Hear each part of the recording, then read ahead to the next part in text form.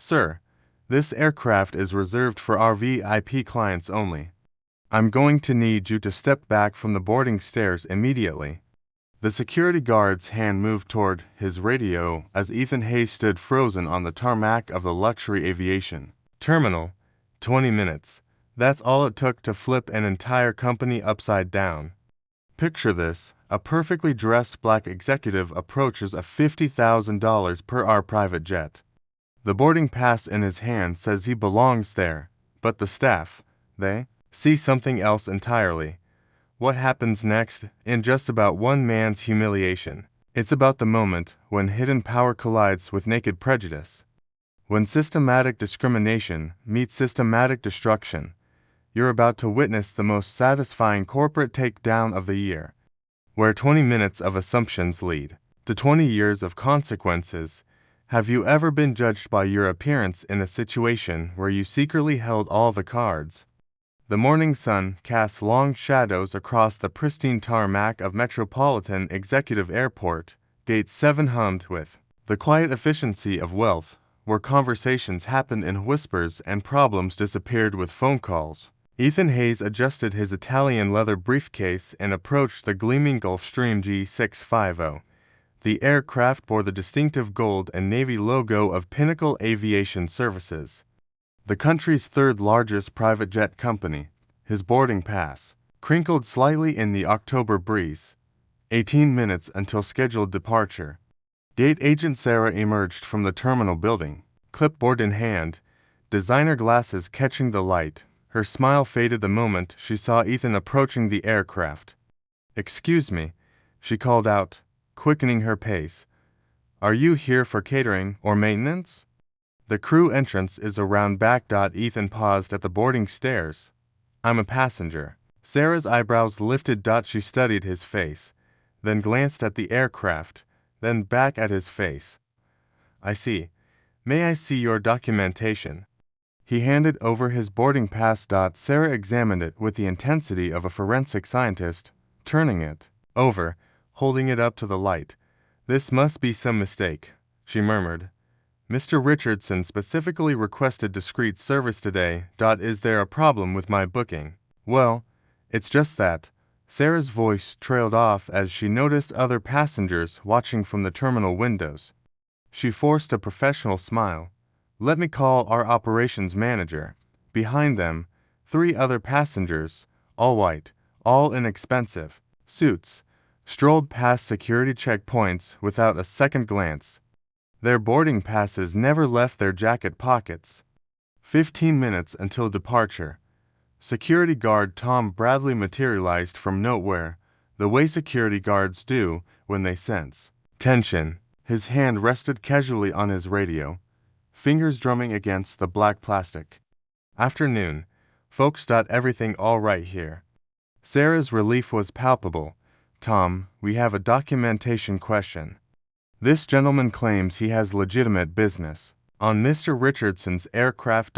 Bradley studied Ethan with the calculated assessment of someone paid to spot problems. "Sir, I'm going to need to see some ID and verify your purpose here. Our clients value privacy and appropriate representation." The word appropriate hung in the air like smoke. Ethan reached into his jacket for his wallet.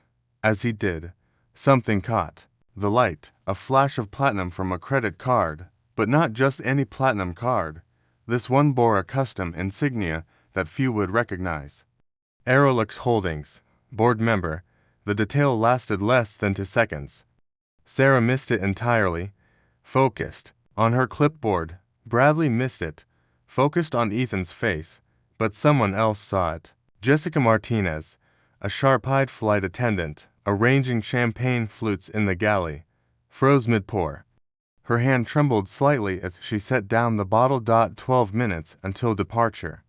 Operations manager David Walsh strode across the tarmac, his presence commanding immediate attention. 20 years in aviation had taught him to read situations quickly and resolve them quietly.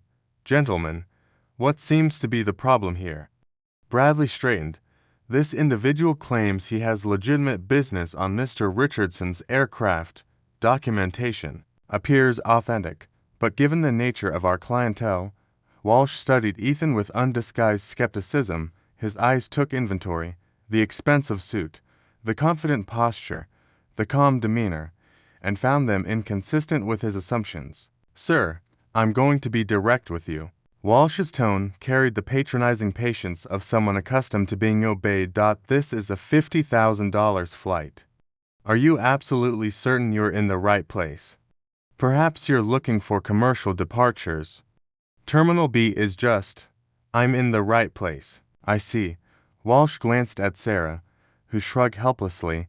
"The thing is, Mr. Richardson specifically books these flights for business associates who understand discretion and protocol. And you assume I don't understand protocol because the question hung between them." Walsh's jaw tightened almost imperceptibly. "Let's not make this about race," Walsh said carefully. "This is about appropriate clientele and corporate image. Mr. Richardson has very specific expectations about his travel experience." Inside the aircraft, Jessica whispered urgently to Captain Robert Stevens. She showed him her tablet screen. Not the simplified boarding document Walsh had been using, but the actual flight manifest, with complete ownership details. Stevens' face went pale. He stared at the screen, then through the window at Ethan, then back at the screen. "Oh no," he breathed. "Oh no. No, no. 10 minutes until departure." The situation was attracting attention. Other passengers leaned against terminal windows. Phones, appearing like flowers in spring. Airport staff gathered at a respectful distance, whispering among themselves. Someone's phone camera captured Walsh's next words. "Sir, I don't want to make this more difficult than necessary, but Mr. Richardson specifically books these flights for associates who share certain business philosophies." Which philosophies would those be? Walsh realized he was being recorded.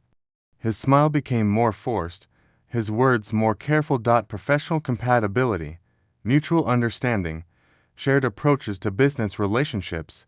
Mr. Richardson himself appeared at the aircraft door, checking his Rolex with theatrical impatience. James Richardson, CEO of Richardson Industries, had built his reputation on punctuality and precision. "What's the delay?" he called down. "We have a tight schedule to maintain." When he saw Ethan, his expression shifted from annoyance to confusion to something colder. "Oh, I see." Richardson descended the stairs slowly, each step deliberate. Walsh handled this efficiently. "Our actual passenger is probably wondering where we are."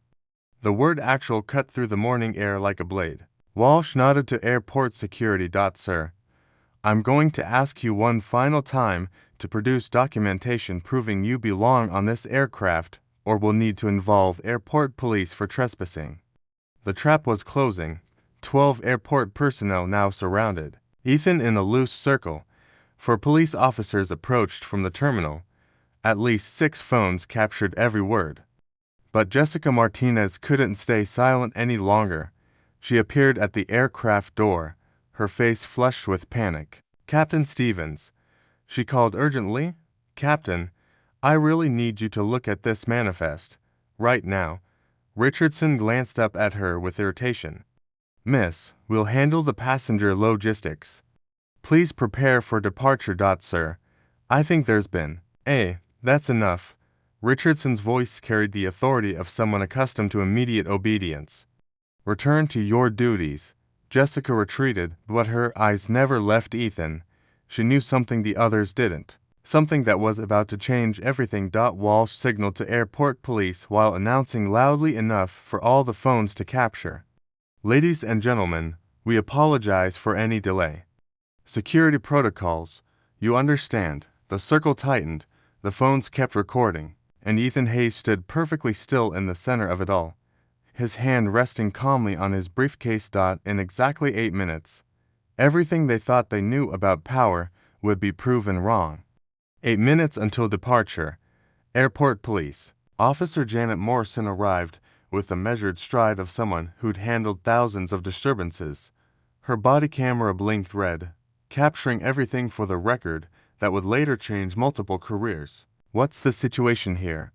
Morrison's voice carried the practiced neutrality of law enforcement. Walsh stepped forward, assuming control. Possible trespassing incident. Individual claims he belongs on this private aircraft, but documentation seems inconsistent with our typical clientele demographics. Morrison studied Ethan carefully. 23 years of police work had taught her to read people. And something about this situation felt wrong.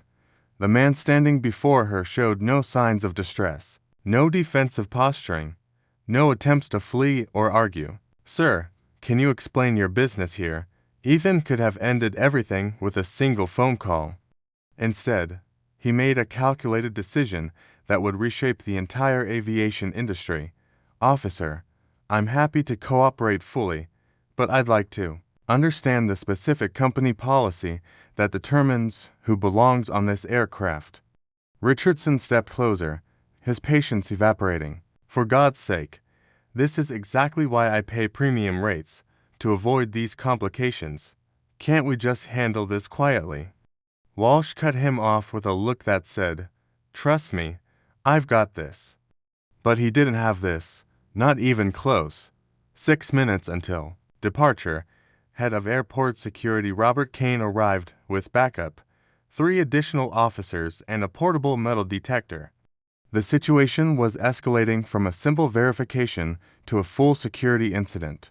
"Ladies and gentlemen," Kane announced to the growing crowd of onlookers, "we need to clear this area for standard security protocols." Nobody moved. The phones kept recording. Kane turned to Ethan.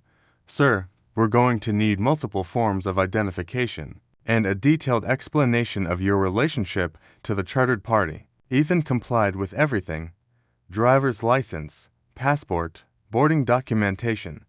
Each document was photographed, scrutinized, and cross-referenced. Ethan opened the refrain.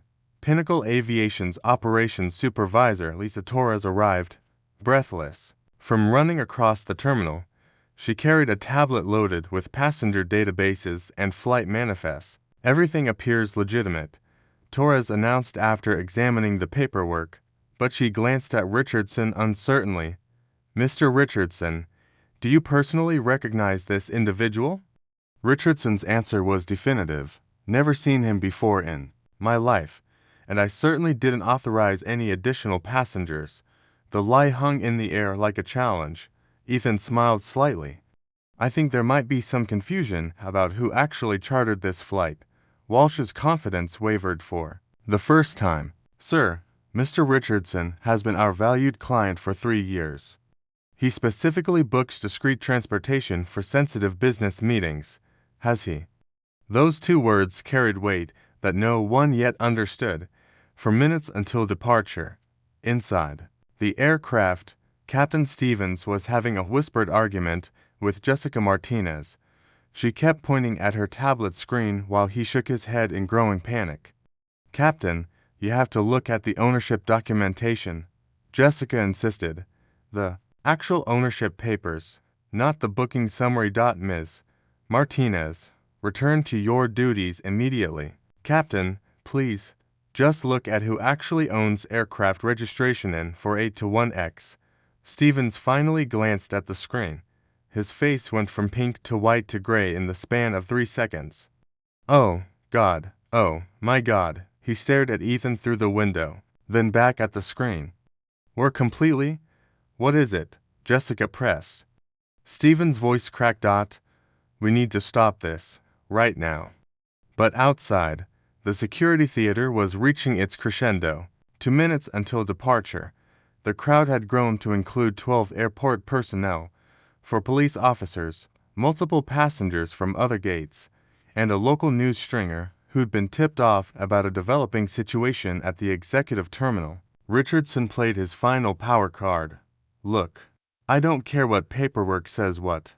I know who I do business with, and I know who I don't. This is my aircraft for the next 4 hours, and I want this resolved immediately." Morrison studied Richardson with growing skepticism. Something about his urgency felt performative, desperate. Walsh addressed Ethan with the tone of someone delivering an ultimatum. "Sir, we're going to need you to come with us for verification. This will be much easier if you cooperate voluntarily. The circle of authority figures pressed closer. 12 faces stared at Ethan, waiting for him to break, to confess, to reveal whatever scam they were certain he was running. Instead, Ethan reached into his jacket pocket, not for identification, not for legal documents, for his phone. "I think," he said calmly, "it's time for some clarification. 1 minute until departure." Ethan dialed a number. The phone rang once before someone answered. "This is Ethan Hayes," he said, his voice carrying clearly in the morning air. "I'm standing at gate 7 with some questions about Pinnacle Aviation Services." Walsh's expression shifted from confidence to confusion. "Sir, who exactly are you calling?" Ethan held up one finger. "Wait. Yes, I'll hold for verification." Richardson leaned toward Walsh, whispering urgently. "Who could he possibly be calling? We control the aircraft, we control the schedule, we control—" His words stopped when he saw Captain Stevens emerging from the aircraft, his face ashen. Stevens approached Walsh with the stumbling gait of someone who just received devastating news. "David," Stevens whispered, "we have a massive problem." "What kind of problem?" "The kind that ends careers."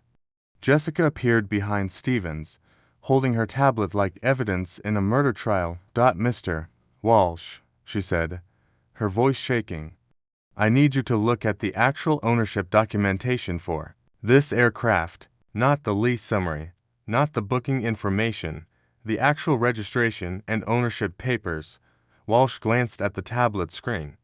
His face underwent the same color transformation that had affected Stevens minutes earlier. That can't be right." "It's right," Jessica confirmed. "Check the parent company listings. Check the subsidiary ownership structure. Check who actually pays Pinnacle Aviation Services for this route." Richardson sensed the shift in energy. "What are you people talking about? I lease this aircraft monthly. I have contracts, agreements, established relationship." Ethan finished his phone call. "Thank you," he said to whoever had answered.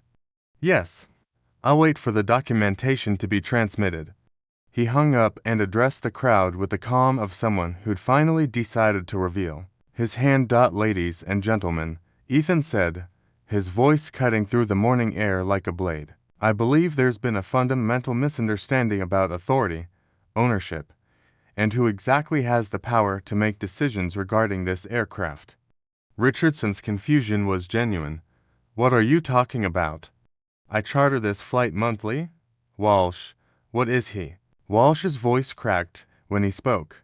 "Mr. Richardson, we need to review your lease agreement, specifically the clauses about subletting arrangements and ultimate decision-making authority." Their phones captured every word. The security cameras recorded every expression, and in 47 seconds, when Ethan's phone buzzed with incoming documentation, the entire power structure would collapse like a house of cards in a hurricane. But for now, for these final moments, the people who had spent 20 minutes humiliating a man based on his appearance still believed they held the cards. They were about to learn the difference between borrowed power and actual ownership, and the lesson would be delivered with the devastating precision of a master class in corporate consequences. Departure time. Now, Ethan's phone buzzed with an incoming message. He glanced at the screen, then showed it to Captain Stevens first. "Stevens, read the document header aloud," his voice barely above a whisper. "Aircraft registration name 481AX. Owner, Aerolux Holdings, LLC. Primary lessee, Ethan Hayes, Chief Executive Officer." The words hung in the air like a death sentence.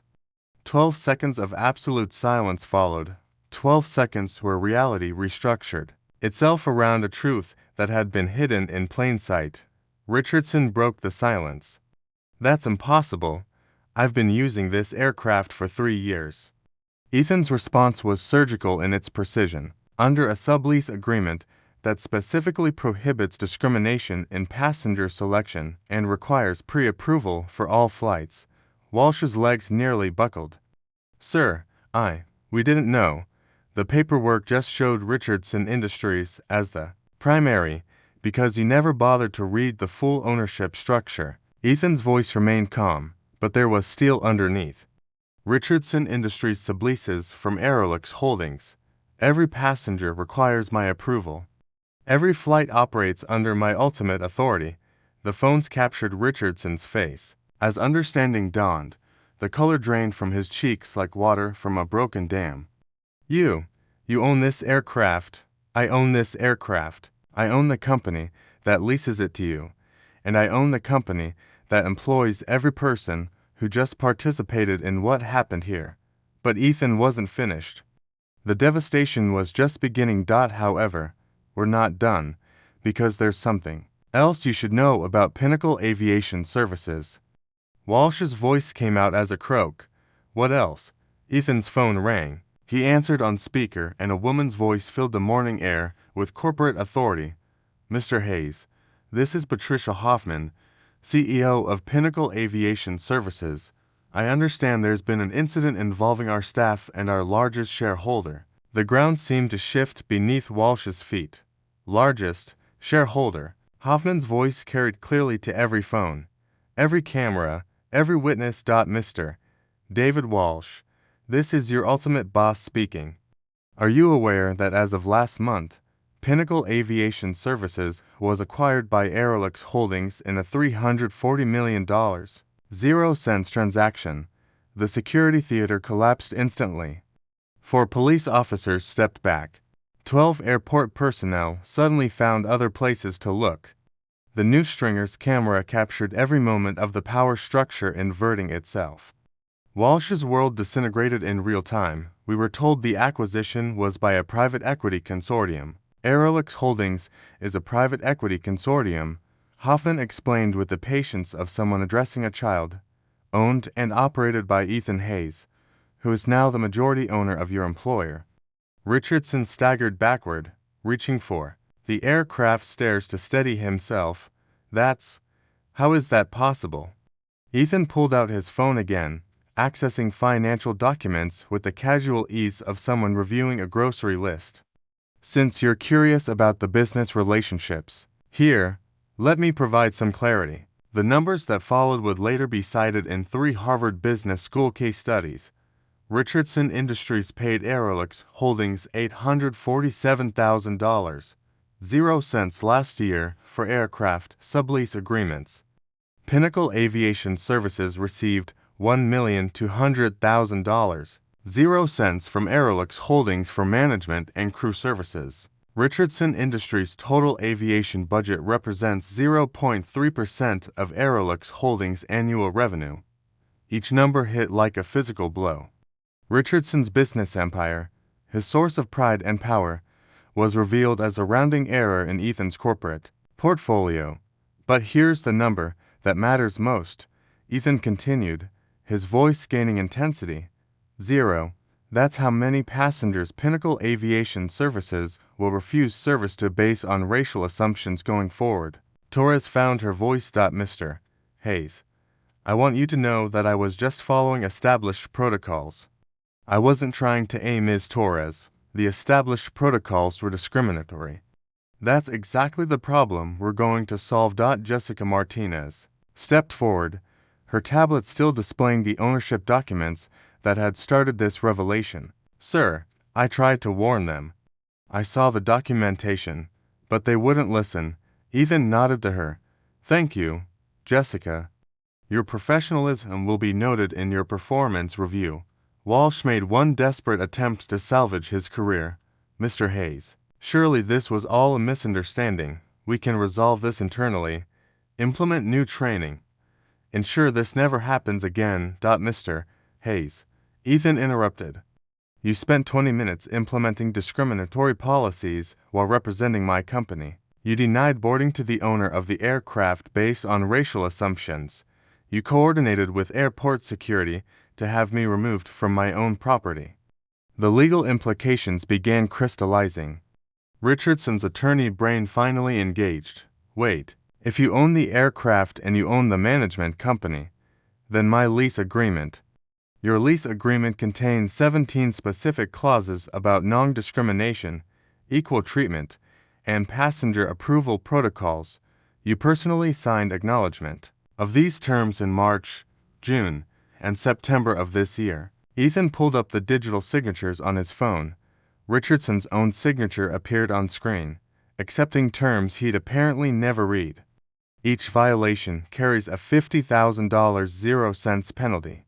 Each discriminatory incident constitutes breach of contract. Each instance of preventing the lessor from accessing the leased property represents grounds for immediate lease termination. The math was simple and devastating. Richardson owed approximately $200,000, 0 cents, in penalties and faced immediate eviction from his primary mode of business transportation. But the financial consequences were nothing compared to what came next. Officer Morrison, who had been quietly observing the entire exchange, finally spoke. "Mr. Hayes, given what we've just learned, how would you like to proceed regarding the discrimination incident?" Ethan looked around the circle of faces, some hostile, some terrified, all waiting for his decision. "Officer Morrison, I want every detail of this incident documented. I want statements from every witness. I want the audio and video evidence preserved. And I want a formal investigation into airport security protocols that allow discrimination to escalate to this level." Richardson made one final plea. "Look, obviously, there's been a misunderstanding. I had no idea about the ownership structure. My assistant handles most of the paperwork, and I was simply following what I thought were standard procedures." Ethan's response cut through the excuses like a laser. "Mr. Richardson, you personally told these officers that you had never seen me before in your life.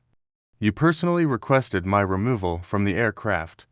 You personally participated in a coordinated effort to humiliate someone based on racial assumptions. But I didn't know. You didn't know because you didn't care to know. You assumed you held the power. So you never bothered to understand the actual power structure." Patricia Hoffman's voice returned through the phone speaker. "Mr. Hayes, what are your instructions regarding the Pinnacle Aviation employees involved in this incident?" The question everyone had been dreading. Ethan looked at Walsh, Torres, and Bradley in turn, 3 careers hanging in the balance.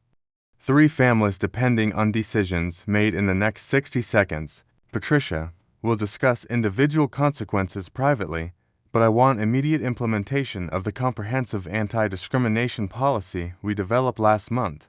Every employee, every facility, every interaction.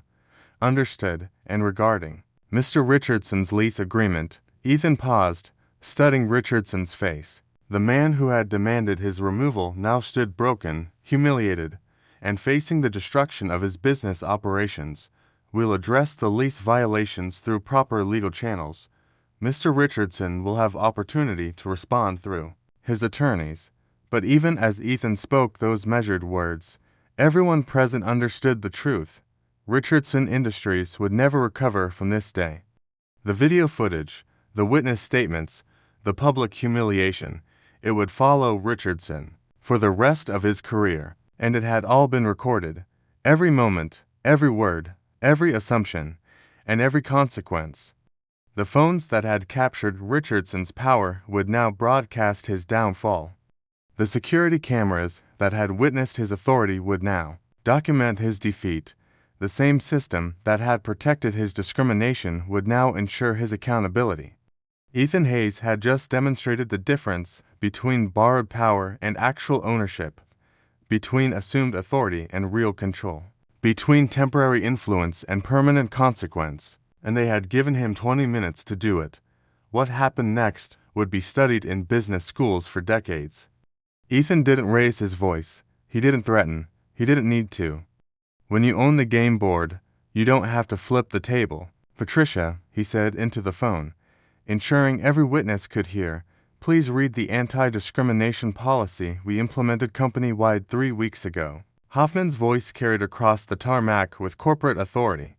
"All Pinnacle Aviation employees are required to provide equal service regardless of race, ethnicity, gender, religion, or perceived economic status. Violations result in immediate termination, forfeiture of benefits, and potential civil liability. Walsh's face went from pale to green. He'd signed acknowledgement of that policy. They all had.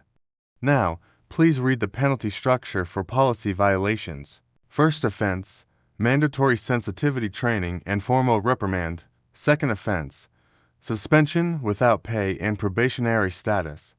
Third offense, immediate termination for cause with no severance package. The implications crystallized. This wasn't Walsh's first offense. Ethan had been watching, documenting, building a case for months. Patricia, how many documented complaints have we received about discriminatory treatment at Gate 7 in the past 6 months? The silence stretched like a held breath. 17 complaints, sir, all involving the same management team, all dismissed as misunderstandings by local supervisors. At 17, the number hit like a physical blow. 17 people had faced the same humiliation Ethan just experienced. 17 families had been denied service. 17 human beings had been judged unworthy based on appearance alone. Richardson found his voice. That's impossible. I would have been notified of complaints affecting my travel arrangements. Mr. Richardson, Ethan replied. You were never notified because you were never the actual client. Erelix Holdings was the client. You were a sublessee with no authority over operational decisions. The distinction mattered legally. It mattered financially. It mattered in ways Richardson was just beginning to understand. Ethan addressed the gathered crowd. Ladies and gentlemen, what you witnessed today was not an isolated incident. It was the predictable result of systematic discrimination enabled by inadequate oversight and corporate indifference. He pulled up more documents on his phone. Financial records, legal agreements, policy violations. Erelix Holdings has invested $127 million, 0 cents, in aviation services over the past 18 months. We employ 2,847 people across 12 companies. We serve 34,000 customers annually. The scope of Ethan's business empire began registering with the witnesses. This wasn't just about one aircraft or one flight. This was about an industry leader implementing systematic change. Patricia, what percentage of Pinnacle Aviation's revenue comes from Erelix Holdings contracts? 37%. Sir, you're our largest client by a significant margin. Walsh's career evaporated in real time. Torres realized her pension was forfeit. Bradley understood his security clearance would be revoked. But Ethan wasn't finished dismantling their world. Officer Morrison, I want to file formal complaints for discrimination, harassment, and denial of service. I want those complaints processed according to federal civil rights statutes. Morrison nodded, already taking notes. Sir, given the documented nature of this incident and the multiple witnesses, we'll need statements from everyone present. Everyone. Richardson's voice cracked. Everyone who participated in or witnessed the discriminatory treatment. That meant 17 witness statements, video evidence from multiple sources. Audio recordings from security cameras. A paper trail that would follow everyone involved for years. Ethan turned to Richardson with surgical precision. Now about your lease agreement. Richardson's attorney instincts finally engaged. I want to speak with my legal counsel before. You can speak with anyone you like, but the lease violations are documented, witnessed, and recorded. Your signature is on file, acknowledging the anti-discrimination clauses. The penalties are contractually established. Ethan pulled up the specific contract language on his phone screen. Section 14.3. Lessee agrees that any act of discrimination against aircraft owner, aircraft operator, or approved passengers constitutes material breach of agreement, resulting in immediate lease termination and financial penalties not to exceed $200,000. Section 14.7. Lessee acknowledges that owner retains ultimate authority over all passenger approval, flight operations, and aircraft access decisions. Section 14.12. Any attempt by lessee to deny owner access to leased property constitutes criminal trespassing and civil conversion, punishable under federal and state law. Each clause was a nail in Richardson's corporate coffin, but the financial destruction was just the beginning. Patricia, please outline the systematic changes we discussed implementing across all Aerolux Holdings aviation properties. Hoffman's response demonstrated the scope of transformation and was orchestrating immediate implementation of bias training for all customer-facing employees, installation of audio monitoring systems to identify and address discriminatory language, creation of anonymous reporting mechanisms for both customers and employees, monthly diversity and inclusion assessments for all management personnel, and the technology solutions, development of a real-time discrimination reporting app, integration with existing customer service platforms, automated alerts for any complaints involving discriminatory treatment, quarterly external audits by civil rights organizations. The changes would cost millions to implement. They would reshape industry standards. They would prevent thousands of future incidents. Ethan was using his corporate power to institutionalize justice. Walsh made one desperate attempt to salvage something. Mr. Hayes, perhaps we could discuss this privately. Internal resolution, confidentiality agreements, mutual understanding. Mr. Hayes, confidentiality agreements protect institutional discrimination. Private resolution enables systematic abuse. Mutual understanding requires acknowledging that what happened here was criminal, conspiracy to deny civil rights, harassment based on protected characteristics, intentional infliction of emotional distress. Each carries federal penalties. The legal framework was devastating. Ethan had built an airtight case using existing law, documented evidence, and multiple witnesses. Richardson tried one final negotiation. What do you want? Financial compensation? Public apology? Policy changes? Whatever it takes to resolve this professionally. Public indictment.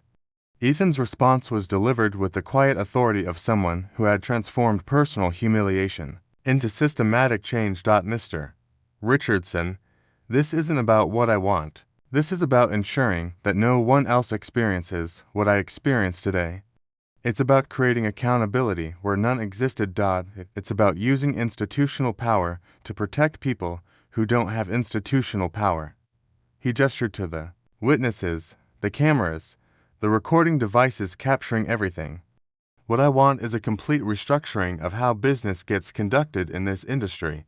What I want is training, monitoring, and accountability mechanisms that prevent discrimination before it occurs. What I want is a system where someone's race, gender, or appearance never determines their access to service. And if I refuse to cooperate, Ethan's smile was cold and precise. Mr. Richardson, you don't have the option to refuse. You violated federal law on camera with multiple witnesses. You breached contracts you legally agreed to follow.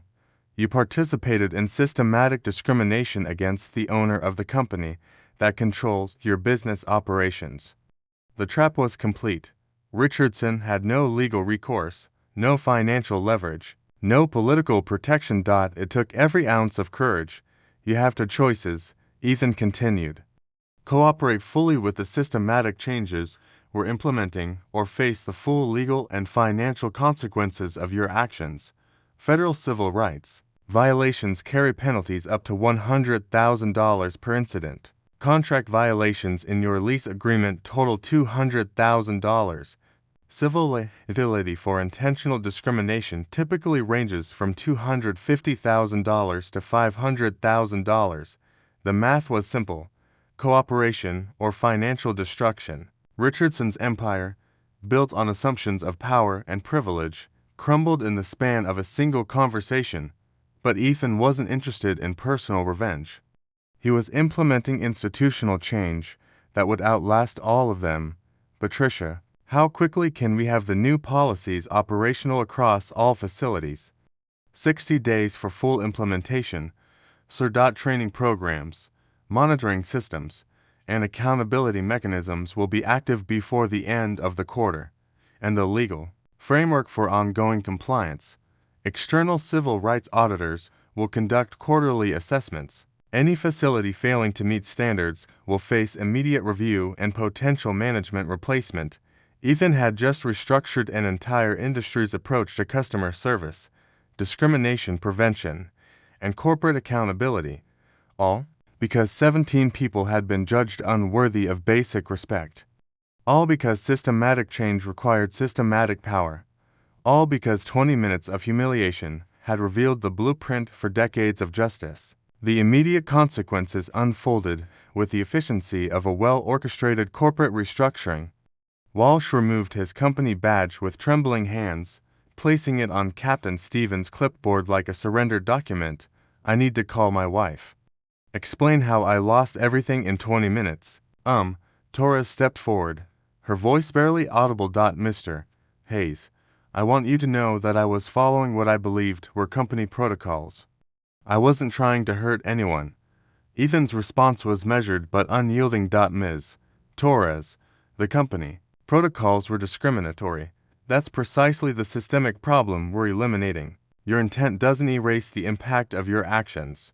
Bradley, the security guard who had started this entire confrontation, stood frozen. 23 years of security work, pension 6 months away, career destroyed by assumptions he'd never questioned. Sir, he said quietly, I was just doing my job. Your job was to provide security, not to profile customers based on race. There's a difference between protection and discrimination. Richardson watched his business relationships disintegrate in real time.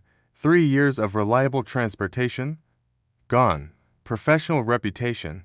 Shattered. The video footage already spreading across social media would follow him for decades. I'll issue a public apology, he offered desperately. I'll make financial amends. I'll attend sensitivity training. Whatever it takes to make this right. Ethan studied Richardson's face, the desperation, the genuine fear, the dawning understanding of consequences. Mr. Richardson, you'll issue a public apology because it's legally required, not because it erases the harm you caused. You'll attend sensitivity training because your behavior demonstrated ignorance that endangered my employees and customers. But surely we can reach some arrangement.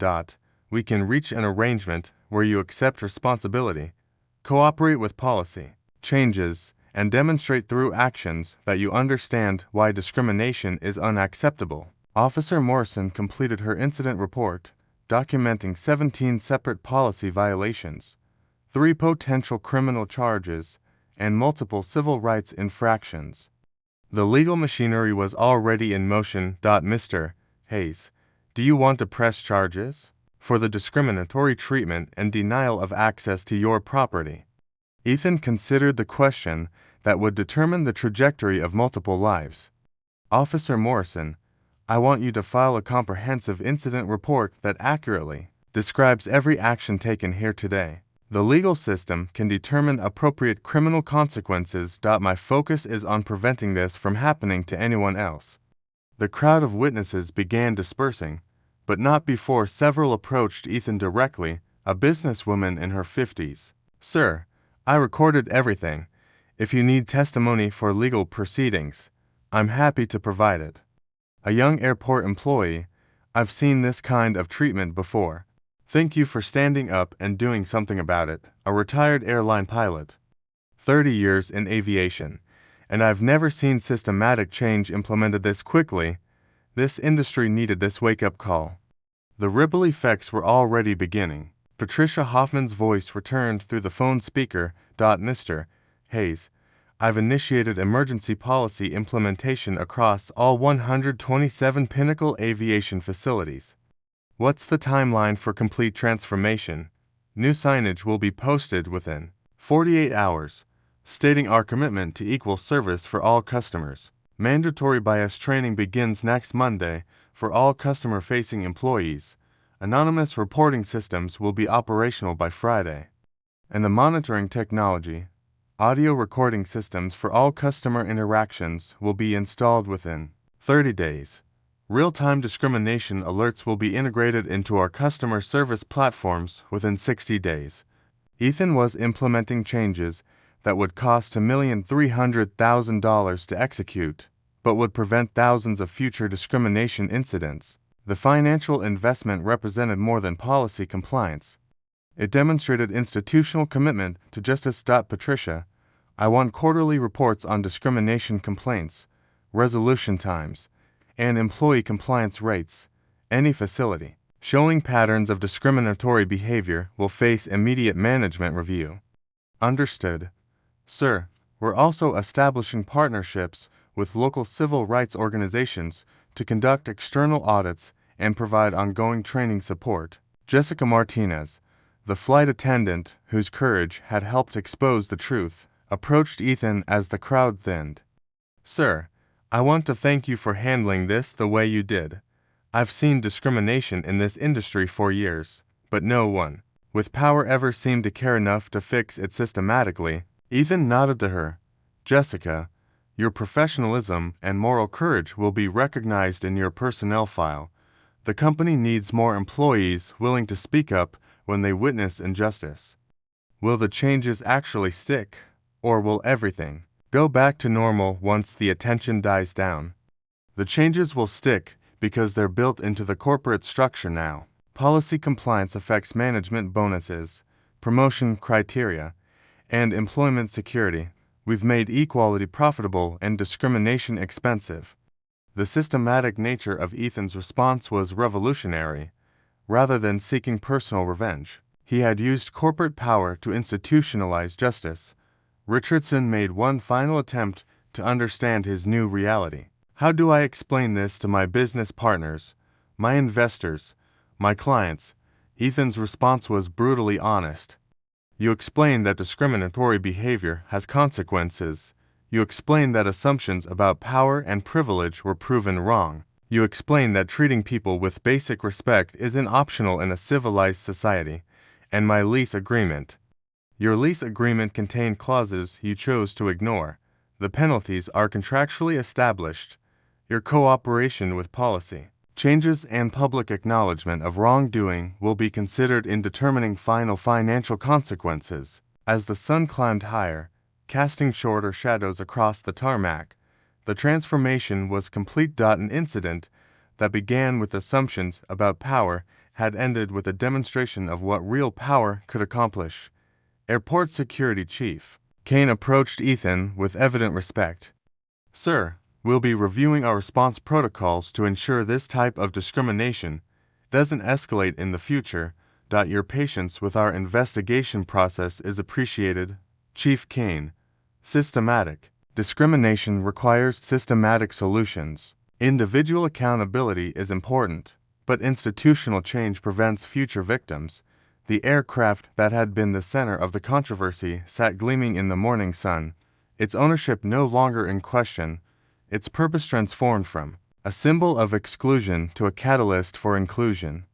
Ethan Hayes had spent 20 minutes being judged by his appearance. He had used those same 20 minutes to rebuild an industry's approach to human dignity. 6 months later, the incident at Gate 7 had become a case study in corporate accountability and systematic transformation. The video footage, captured by 17 different phones, garnered 4.2 million views within the first week.